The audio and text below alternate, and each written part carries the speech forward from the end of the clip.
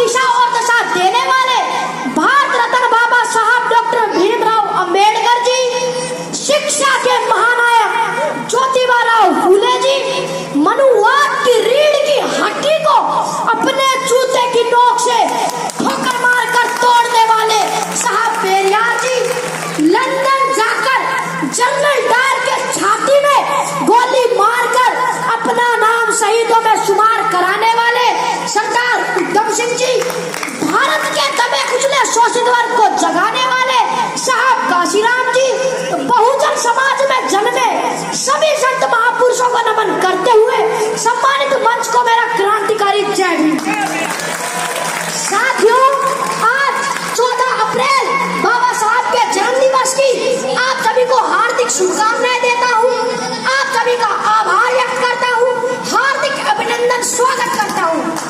आज के दिन मैं उन लोगों के बारे में कुछ कहना चाहता हूँ जिनकी औकात चार पाई पर बैठने की नहीं थी,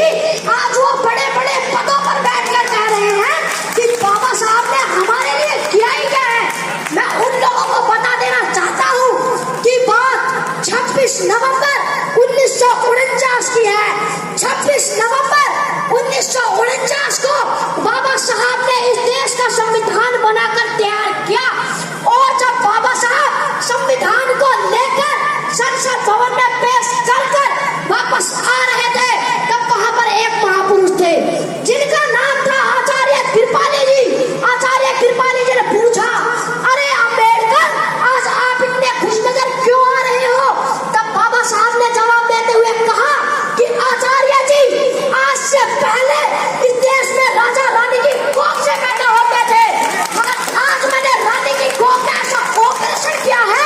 कि आज के बाद राजा रानी की कोख से नहीं बल्कि ईवीएम और बैलेट पेपर से हो गए वो राजा बनाने का काम किया है बाबा साहब ने आपको।